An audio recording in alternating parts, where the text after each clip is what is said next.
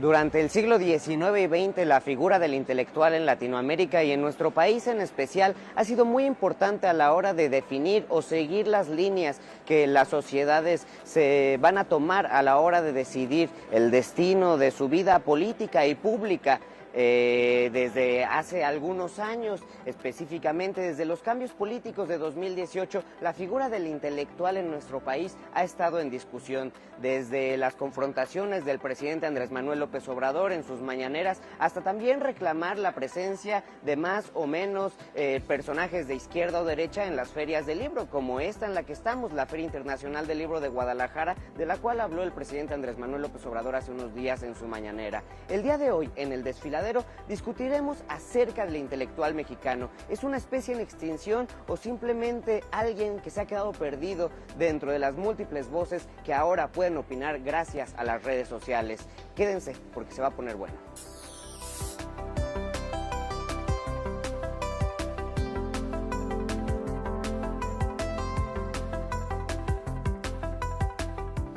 Y para hablar de este importantísimo tema aquí desde la Feria Internacional del Libro de Guadalajara, donde se reúnen los libros y personajes muy importantes de diferentes áreas de esta industria de libros y también del pensamiento y la educación, nos acompañan dos personajes muy interesantes y muy queridos. Por un lado, Francisco Escalante, quien es asesor y gestor en cuanto a cultura y educación, y por otro lado, Diana del Ángel, escritora mexicana también y defensora de derechos humanos. Que nos los logramos robar de sus obligaciones y responsabilidades aquí en la Feria Internacional del Libro de Guadalajara. Es una feria en donde todo el tiempo estamos corriendo. Si ustedes se dan cuenta, pareciera que yo mismo voy corriendo con lo que voy diciendo. Pero vamos a hacer una pausa justamente para hablar de qué significa esto. Y te preguntaría, Diana, ¿qué significa esto del intelectual? ¿A qué le llamamos el intelectual mexicano? Bueno, pues históricamente el intelectual mexicano es esta figura, ¿no?, que se dedica a reflexionar y a pensar sobre los temas nacionales, ¿no? Y a lo largo de la historia pues ha habido muchísimos intelectuales, ¿no?, tanto hombres como mujeres, ¿no? Quizás dos de los más reconocidos y que son más o menos recientes o de la historia reciente de México pues son Octavio Paz por un lado y por otro lado José Revueltas, ¿no?, que también representan como dos tendencias del pensamiento en México. Justo eso me parecía importante. Ahora, ¿tú cómo definirías, Francisco, a este intelectual? Dijiste dos personajes que me parecen importantes y hasta cierto punto muy distintos, ¿no? Totalmente. Pues muy bien, el espacio de batalla, digamos, el terreno de batalla de los intelectuales es la opinión pública. Los intelectuales se definían o se definen todavía como formadores de opinión pública. El intelectual, digamos, en ese sentido, se asemeja con otras figuras que participan de la esfera pública como el analista político. Pero un analista político no es necesariamente un intelectual, ¿no?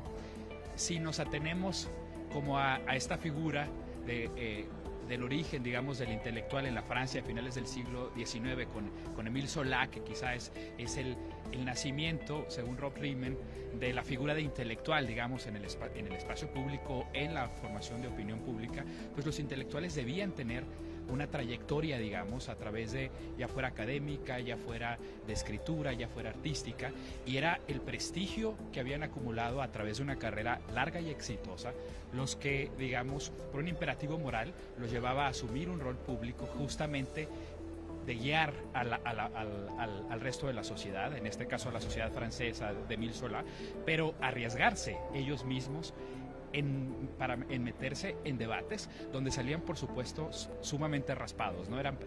Ese era parte del arrojo, digamos, y lo que hacía que estas figuras se convirtieran en faros morales, ¿no? A lo largo del siglo XX hay un desarrollo, un perfeccionamiento de la figura.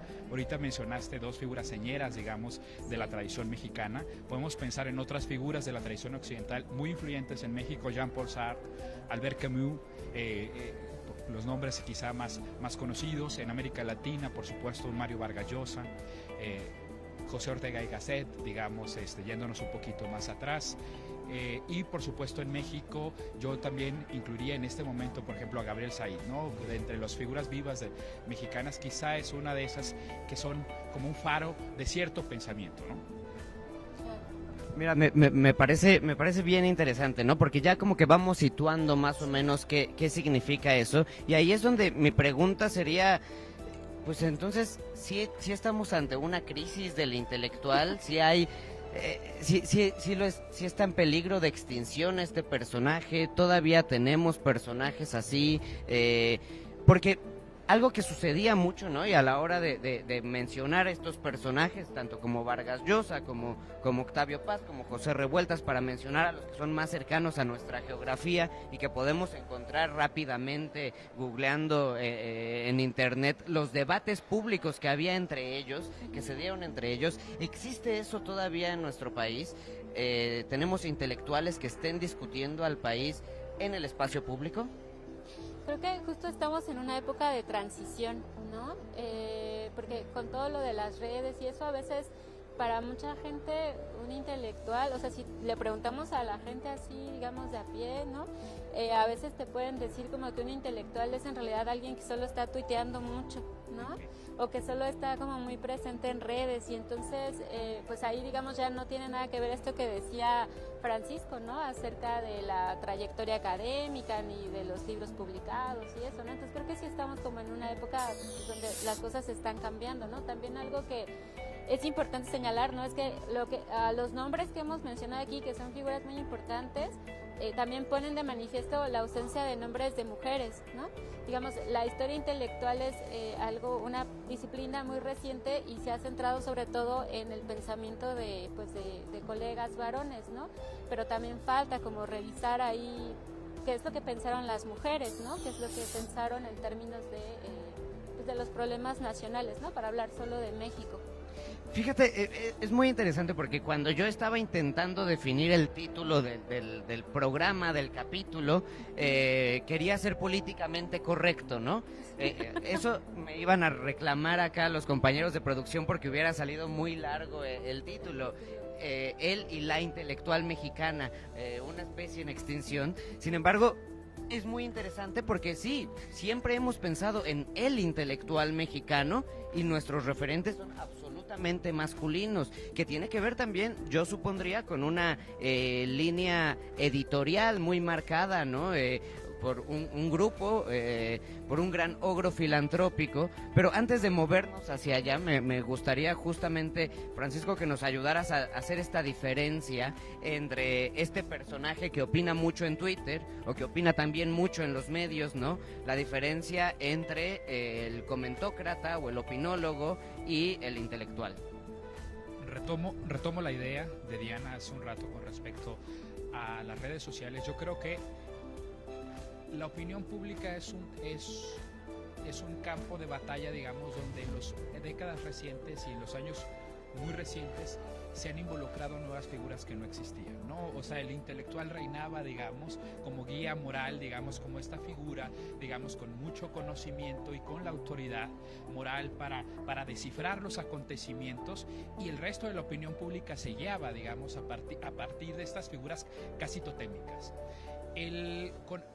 Con el paso de los años lo que hay es una especialización del conocimiento. Luego surgen los analistas políticos que ya no tienen, digamos, ya no arriesgan su prestigio adquirido por una obra en opinar o debatir públicamente, sino que crean su prestigio en dedicar su carrera profesional y tiempo completo a opinar y a aparecer en diferentes espacios públicos, ¿no? Hay una cuestión diferente de origen entre una figura y otra, pero eso, digamos, sigue siendo un modelo muy siglo XX, muy hacia finales del siglo XX, quizá, cuando los analistas políticos empiezan a tener este protagonismo, particularmente en México, ¿no? En cuanto se da la época de mucha más competencia electoral, democrática, de consolidación democrática, es cuando los analistas políticos empiezan a tener también este rol, pero luego surgen otras figuras, ¿no? Por ejemplo, me regreso un poquito más, los periodistas mismos tienen un papel ante la opinión pública y los medios de comunicación, ¿no? Pero ya en el siglo XXI surgen precisamente los influencers productos de las redes sociales que disputan la atención de la población, de la sociedad. Entonces, al disputar la población, ellos también la atención están haciéndose, digamos, de múltiples seguidores, están opinando con conocimiento o no de un tema en particular, pero con el derecho que tienen como ciudadanos para opinar, lo hacen, y eso es plenamente legítimo. Entonces los intelectuales, digamos, no es que vayan a desaparezcan o vayan a desaparecer, sino se enfrentan, digamos, a que la atención tiene múltiples canales, y en ese sentido es donde tienen que reencontrar un espacio y aprender a comunicarse con la sociedad, particularmente con las generaciones más jóvenes, a través de los mecanismos y los lenguajes con los que ellos están dialogando. Dijiste algo que es muy interesante sobre la autoridad moral, y quiero que pasemos a actualizarnos o movernos un poquito a 2018 con las figuras totémicas de la intelectualidad mexicana y con el cambio político que se da recientemente con la irrupción de López Obrador en la presidencia.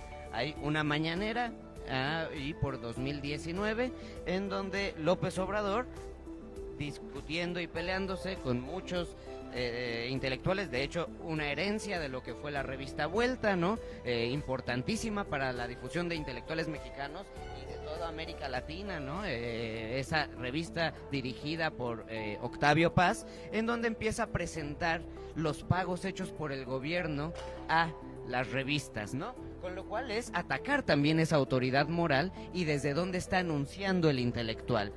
Y eso tiene una difusión masiva por un universo, por un medio que López Obrador utilizó mucho y utiliza mucho, que son las redes sociales, ¿no? Esta irrupción a la hora del debate y de la autoridad moral. Y era lo que estábamos diciendo. Entonces, ahora, ¿cómo podríamos definir y dónde podríamos encontrar al intelectual? ¿Cómo escoger cuál es un intelectual y cuál es alguien que está con una agenda propia, ¿no? ¿Cómo no confundirnos? ¿Cómo...? Los intelectuales son un punto de referencia, o deberían de serlo, ¿no? Pero ¿cómo no perdernos? ¿Cómo no extraviarnos? Pues yo creo que hay algo que también ha puesto en crisis justo esta figura del intelectual, y que tiene que ver mucho con lo que tú, o sea, con este proceso, ¿no?, que tú estás recordando ahora, es que también durante mucho tiempo esta figura del intelectual orgánico, ¿no?, sobre todo se vio de parte de la gente, digamos, que está como, que pone el cuerpo, ¿no?, para hacer las cosas, como con cierto recelo, ¿no? O sea, como de, bueno, si nosotros estamos aquí haciendo las cosas y ellos solo están pensando, entonces pues también ahí vino, pues sí, un cuestionamiento, ¿no?, a esas figuras. Y entonces yo creo que ahora algo que está padre, ¿no?, de que la opinión pública sea un espacio en donde todas podemos intervenir, es justamente que se pueden hacer estos cuestionamientos de una manera mucho más horizontal, ¿no?, que antes. Y eventualmente creo que también nuestro concepto y nuestra manera de ser intelectuales va a cambiar. O sea, no tiene que ser como lo era en el pasado, ¿no? O sea, quizás yo mencioné, por ejemplo, a Paz y a Revueltas, pero son dos figuras de intelectuales totalmente distintos, ¿no? O sea, Revueltas era un intelectual, pero también era una persona que hacía cosas, ¿no? Y quizás como yo por mi formación pues obviamente estoy mucho más orientada hacia ese tipo de intelectual que representaba Revueltas, ¿no? Y creo que esa es una figura que se puede construir en el contexto actual, ¿no? Por la apertura en las redes sociales, pero también pues por la apertura de muchos otros espacios, ¿no? ¿Cómo ves esta irrupción en los de los medios, esta variedad, digamos, de espacios en los que puede participar no el intelectual aprobado por un grupo, sino más personas? ¿Es beneficioso? ¿Es bueno eso? ¿O nos lleva a una confusión más importante? Respondiendo a la pregunta de manera específica, yo creo que en una sociedad que aspira a ser democrática y a ser igualitaria, a ser más horizontal, como dijo Diana, en vez de ser más vertical, es positivo y lo debemos ver como un gran síntoma, que se multipliquen los espacios para opinar y que la opinión de cada uno de los ciudadanos tenga una cabida, digamos, ¿no?, en el espacio público, en la construcción de la opinión pública en general. En ese sentido, los intelectuales no tendrían por qué temerle al surgimiento de las redes sociales o de nuevas, digamos, mecanismos que surgirán en el futuro, o a la emergencia de nuevas figuras como los influencers, ¿no? Que vienen a disputarles la atención del público. Más básicamente es la atención la que disputan, porque ellos opinan desde trincheras muy distintas y con formas y estrategias muy distintas. Me pareció sumamente interesante ahorita que mencionaste la desacralización de la figura del intelectual, en este caso de parte del propio presidente, ¿no? Desde el día 2 del surgimiento de la figura, digamos, del actor social, de la intelectual, se dio un fenómeno que lo acompañó, los abajo firmantes, lo que conocemos como los abajo firmantes. Cuando Solá publica Yo Acuso, enfrenta una serie de críticas y el editor del Auror, que fue el periódico que publicó su artículo, lo que hace es organizar, digamos, un respaldo conjunto de figuras connotadas de la cultura francesa hacia Solá. O sea, no estaban metiendo el cuerpo, como dijera un cierto político, como Solá, pero de alguna manera al firmar ese desplegado estaban respaldando moralmente a Solá.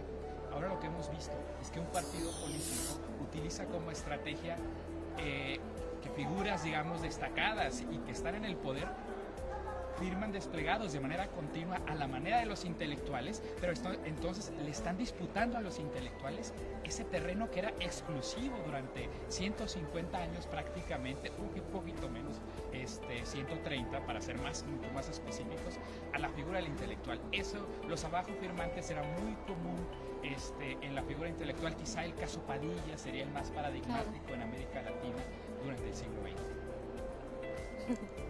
El caso Padilla, Cuba. Es que estamos también en un espacio donde se da a las confusiones. Sí. Mira, es bien interesante lo que estabas diciendo. Entre los influencers y los abajo firmantes, yo me quedaba pensando también en una cosa que creo que la discusión del intelectual exige y exigía mucho, y ahorita a ver qué piensas tú, Diana, que es el profundizar en los temas, el discutirlos.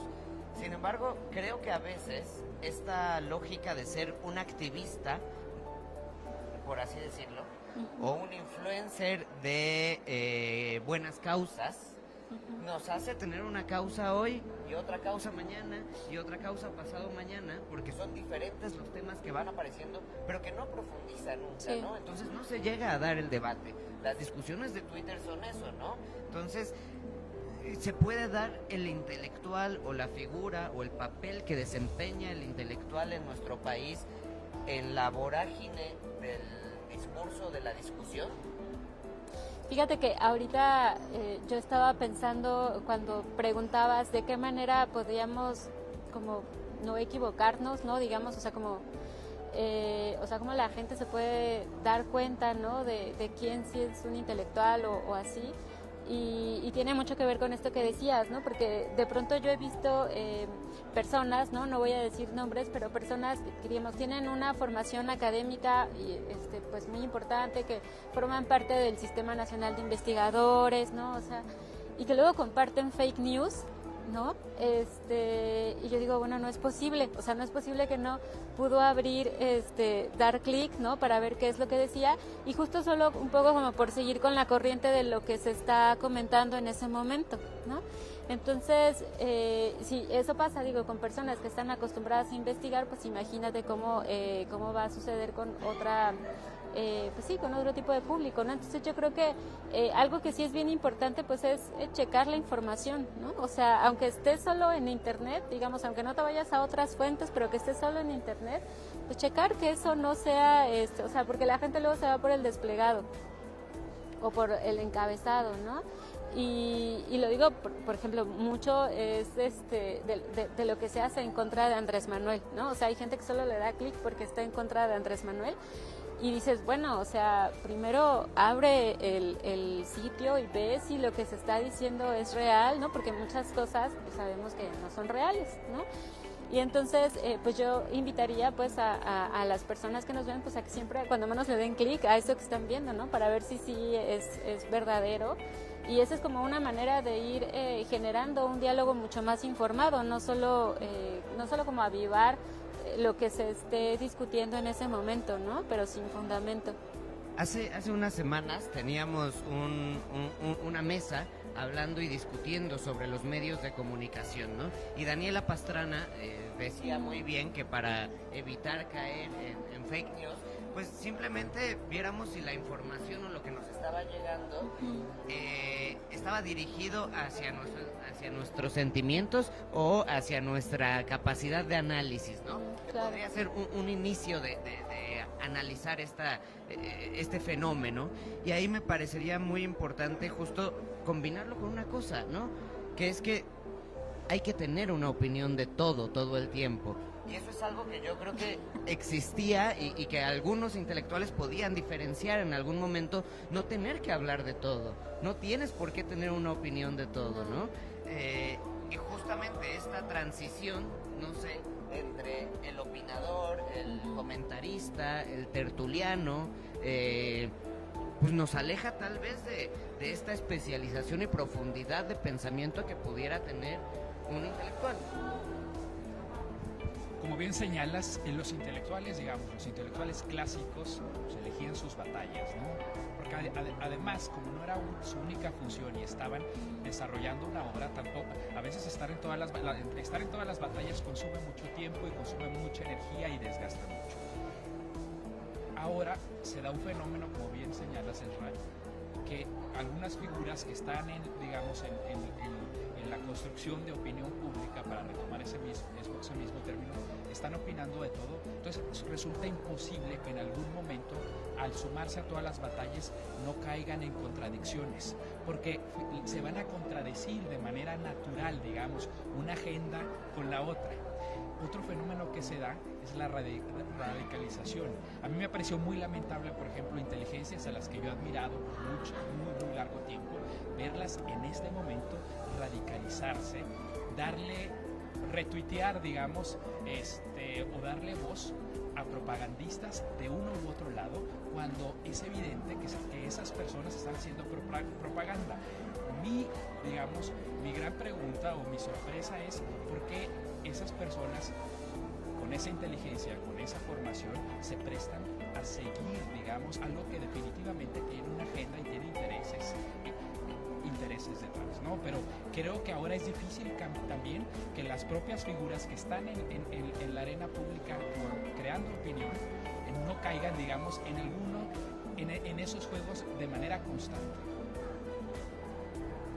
Hace unos meses, debatiendo con un amigo, era la duda, ¿no? De si pueden existir intelectuales de derecha y de izquierda, ¿no? Yo tenía una idea, ¿no? La mía, la personal, de un intelectual pues tiene que tener un compromiso con la sociedad, y parte de eso pues te lleva a buscar un bien común, ¿no? Y eso pues te va orillando a un lado, ¿no? Entonces, en esta onda, porque creo que todos tienen intereses, ¿no? La cosa es qué tan sinceros, qué tan genuinos son esos intereses, ¿no? De acuerdo a las diferentes agendas, se vale, puede haber intelectuales de izquierda y de derecha, de todos los sabores, de todos los tamaños. ¿Los tenemos actualmente? Yo creo que sí los tenemos. Creo que la cuestión es que no todos tienen la misma apertura, digamos, ni la misma exposición en medios, ¿no? Es decir, sabemos que pues hay medios de comunicación que están mucho más abiertos a recibir cierto tipo de opiniones, ¿no?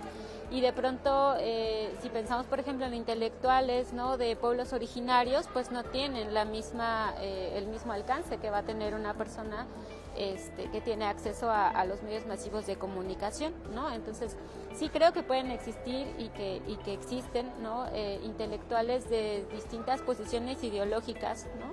Y creo que eso es muy saludable, porque también eso permite a quienes estamos desde afuera, pues conocer esas otras formas de pensar, ¿no? Esta aparente democratización, digamos, de los medios, del correr de la información, digo, aparente a través de la internet, nos ha acercado justo a estos diferentes intelectuales, ya sea con causas menos famosas, menos exitosas, o bueno, no sé si exitosas, menos famosas, que pegan menos o que tienen menos micrófonos cerca de ellos? ¿Se puede, estamos entrando a una democratización de esos debates o también tiene que ver con ciertos intereses, nada más? Yo creo que finalmente los intelectuales, digamos, que tienen una formación más tradicional, o sea, aquellos que ya son de generación, que tienen en la esfera pública mucho más tiempo, siguen asumiendo los temas que solían asumir hace 25, 30, 40 años. Por supuesto, las sociedades han evolucionado y no necesariamente le prestan la misma atención, ¿no?, a esos temas. Hay otras figuras, como los influencers de los que ya hemos hablado, que se están sumando a nuevos debates. Ellos no están en los viejos debates, ¿no?, pero están subsistiendo viejos y nuevos debates. El punto es que la audiencia está muy dividida y es posible que los intelectuales más tradicionales estén, digamos, en discusiones muy de nicho, que interesan a unos pocos o a una élite solamente de la sociedad. En cambio, los influencers están llegando a sectores mucho más amplios, aunque sean temas que pueden parecer en este momento mucho más banales, ¿no? A veces, pero bueno, esos temas los juzgaremos con el paso del tiempo. Juzgarlo en la inmediatez siempre es difícil porque la posibilidad de errar, digamos, el juicio es muy alta. Estamos ya acercándonos al final, ¿no? Yo creo que si algo voy entendiendo y agarrando de lo que hemos conversado el día de hoy, es esta necesidad de quien se defina o quien quiera seguir una línea de lo que fueron los grandes intelectuales. Yo no creo que la crisis la estemos viviendo solamente en México, ¿no? Creo que es algo que está pasando varios países, ¿no? El mundo creo que tiene varios problemas como los que tenemos en nuestro país. Creo que falta una especie de actualización, ¿no?, de la figura del intelectual hacia una competencia contra lo que significa el influencer, ¿no?, hasta cierto punto. Entonces yo les pediría, más allá de que estén o no de acuerdo conmigo, pues que tengamos una conclusión, que nos ayuden con una conclusión de esta conversación, de qué es lo que opinan, dónde está la figura del intelectual, cuál es, todavía es importante o ya no es importante, ¿no? Ya no va a tener la importancia que antes veíamos que tenía dentro de la discusión pública, dentro de la sociedad y también dentro de nuestra formación, ¿no? 2 minutitos. Bueno, sí, yo creo que sí es importante y creo que, creo que también va a persistir, pero de una manera transformada, ¿no? No como surgió en el siglo XIX ni como estuvo en el siglo XX, sino de una manera en la que quizás todavía no es fácil definirlo, ¿no? Pero sí, desde luego que va a ser importante y es necesaria también. Coincido plenamente con Diana. Yo creo que este espacio, la Feria del Libro de Guadalajara, donde estamos ahorita, refleja, digamos, justamente esta necesidad de una opinión más informada, más profunda. El público, que no es menor, que asiste, anda en búsqueda, o gran parte del público anda en búsqueda de eso, pero no solamente los tapatíos, que mayoritariamente son a quienes nos encontramos en este espacio. Cada sociedad, digamos, en este país, en las diferentes y en otros países, está buscando, digamos, ¿no?, también informarse. Por supuesto que le está prestando su atención a muchas otras cosas, a muchos otros intereses, necesidades, etcétera, pero también hay en ellos, ¿no?, esa búsqueda de una guía que el intelectual va a seguir encontrando en un espacio, aunque sea un espacio muy de nicho, ¿no?, como ya lo dijimos. Yo sí quiero, aprovechar estos 2 minutos que me diste para citar a Raymond Aron, que en alguno de sus textos saluda el advenimiento de los escépticos. No sé si los escépticos como clase llegarán algún día, pero siempre es positivo tener una actitud de escepticismo, digamos, porque para poder no dejarse llevar tan pronto por las pasiones y por las radicalizaciones, tratar en lo posible ser más objetivos y desde ese punto de vista contribuir a un mejor debate y saber distinguir, digamos, entre las múltiples opciones que tenemos, y que es positivo, como ya lo dijimos en esta conversación, que coexistan, pero tenemos que tener, digamos, como consumidores de todas esas opiniones, una actitud vital, digamos, ¿no? O sea, que en ese sentido el escepticismo recomendado por Aron me parece muy pertinente. Pues mientras llegan los intelectuales, mientras se actualizan, mientras escogen bien sus batallas y sus debates, nosotros vamos a seguir aquí en el desfiladero, platicando los temas que nos importan en la sociedad. Muchas gracias, Francisco, muchas gracias, Diana, y muchas gracias a ustedes aquí desde la Feria Internacional del Libro de Guadalajara. Nos vemos la próxima semana.